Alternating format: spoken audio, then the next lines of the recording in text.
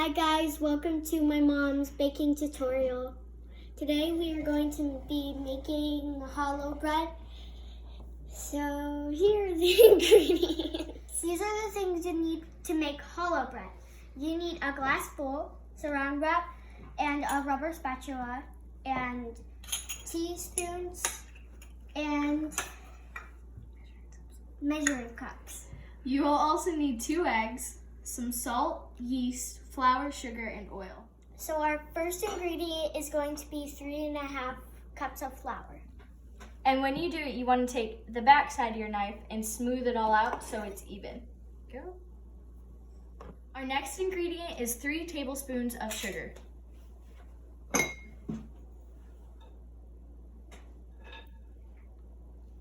One, 2, and 3. Our next ingredient will be a tablespoon of yeast.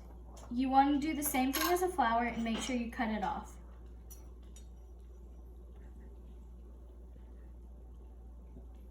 Is to mix all the dry ingredients together.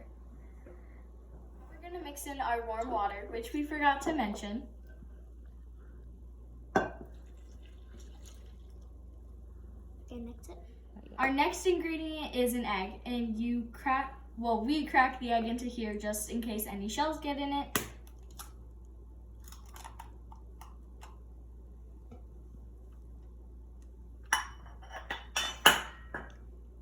Next, you're going to need some canola oil and 1/4 a cup of that.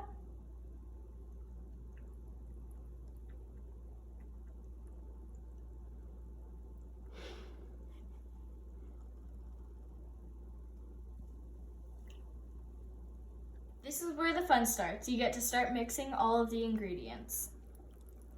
This is hard, but I can do it.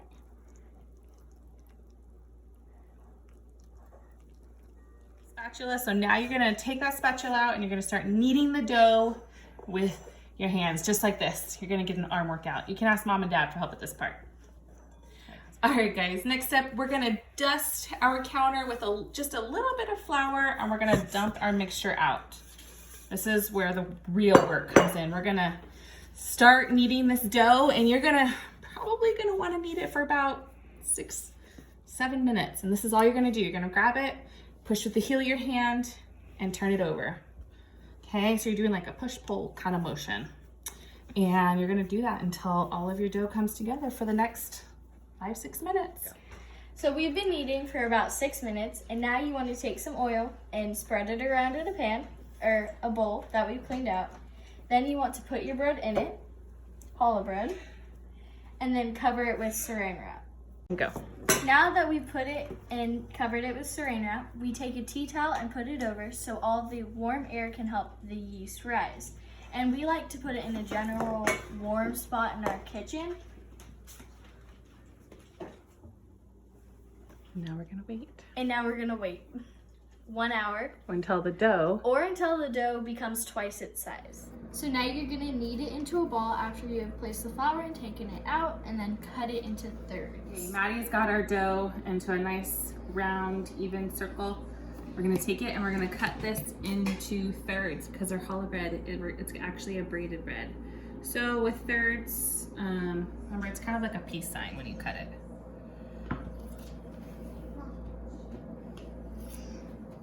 It's 1, 2, and 3. I'm actually gonna take a little bit from each one and add it to this because it's not really that even. Okay, got our 3 pieces. My turn. Now we're gonna take each piece and we're gonna just knead it, and we're gonna roll this out into, hopefully, fingers crossed, a nice, even kind of rope. Mom, can I do it now?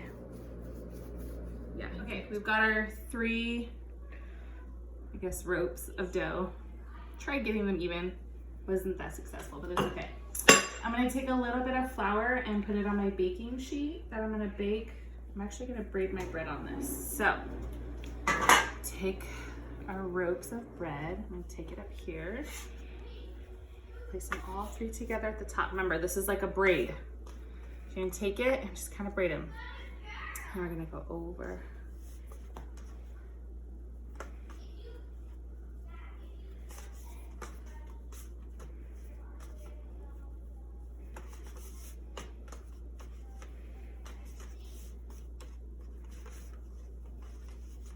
And at the end, I kind of tuck it in a little bit like this. Make this side a little bit tighter.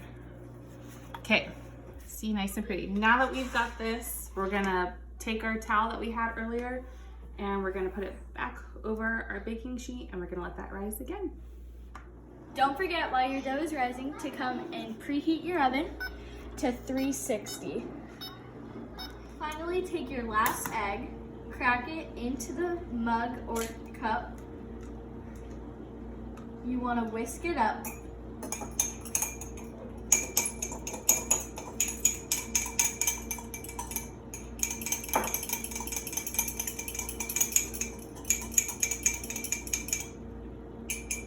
And then spread it across your new dough.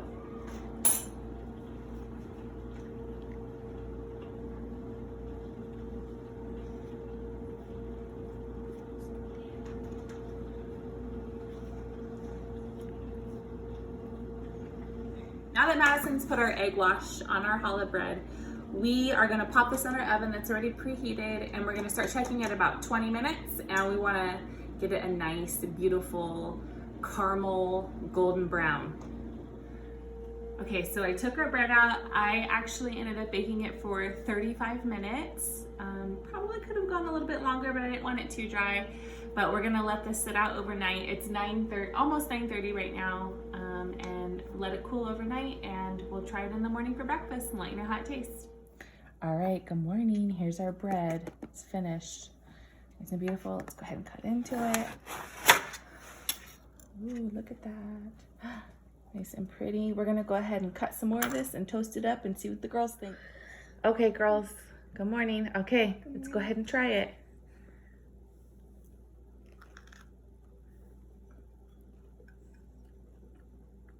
It's really good.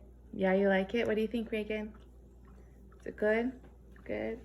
Well, I think next time I'm gonna add a little bit more liquid, probably about a couple tablespoons, and I'm gonna try kneading it with my bread hook and my KitchenAid. I think it needed to be kneaded much longer. Overall, pretty good.